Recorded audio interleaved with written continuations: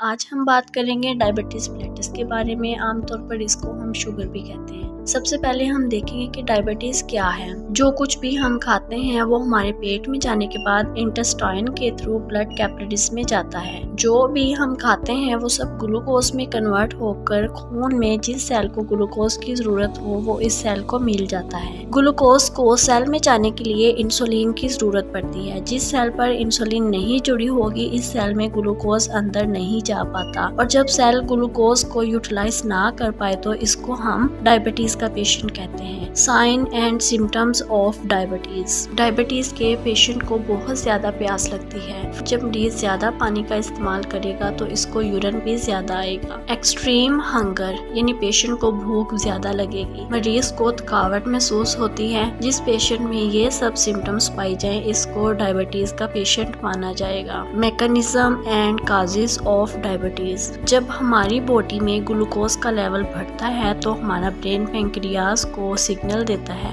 फिर पैंक्रियाज एक हार्मोन यानी इंसुलिन खारिज करता है। इंसुलिन हमारी बॉडी में एक्स्ट्रा ग्लूकोज को ग्लाइकोजन में कन्वर्ट करता है और ग्लाइकोजन हमारे लीवर और मसल्स में स्टोर हो जाता है। और अगर बॉडी में ग्लूकोज का लेवल कम हो जाए तो हमारा ब्रेन फिर पैंक्रियाज को सिग्नल देता है और पैंक्रियाज एक हार्मोन ग्लूकागोन को सिक्रीट करता है। ग्लूकागोन हमारी बॉडी में स्टोर्ड ग्लाइकोजन को ग्लूकोज में कन्वर्ट कर देता है और इसी तरह हमारी बॉडी में ग्लूकोज की रिक्वायर पूरी हो जाती है। टाइप्स ऑफ डायबिटीज की में दो टाइप्स हैं। Type 1 diabetes, it is also called insulin dependent diabetes. इस टाइप में डायबिटिक पर्सन का पैंक्रियाज इंसुलिन नहीं बना पाता, इसलिए इसको इंसुलिन डिपेंडेंट डायबिटीज कहते हैं। क्योंकि पैंक्रियाज के सेल डिस्ट्रॉय हो जाते हैं और इंसुलिन नहीं बनती, और इंसुलिन ना बनने की वजह से ग्लूकोज ग्लाइकोजन में कन्वर्ट नहीं होगी और ग्लूकोज लेवल बढ़ जाएगा